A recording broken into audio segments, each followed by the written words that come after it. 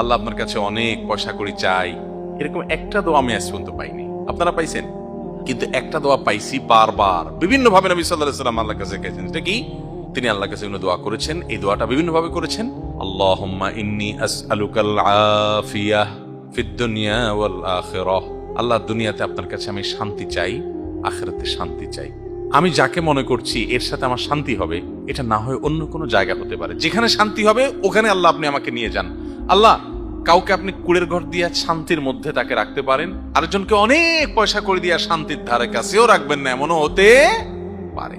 বাবা মা, পরিবারের লোকেরা আপনাকে বাধ্য করে হারামে যাইতে, তাদেরকে বুঝান, চোখের পানি ফেলেন, কোন ওলামা একরামকে দিয়ে কাউন্সেলিং করেন যে হারাম কি হালাল কি।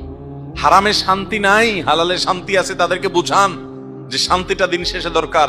আমি হারামে যাব না, আমি ওই প্রতিযোগিতা করব না যে তার আরেকজনের ছেলে লাখ লাখ টাকা কোটি কোটি টাকা বানায়, আমি কম্পিটিশনে যাব না।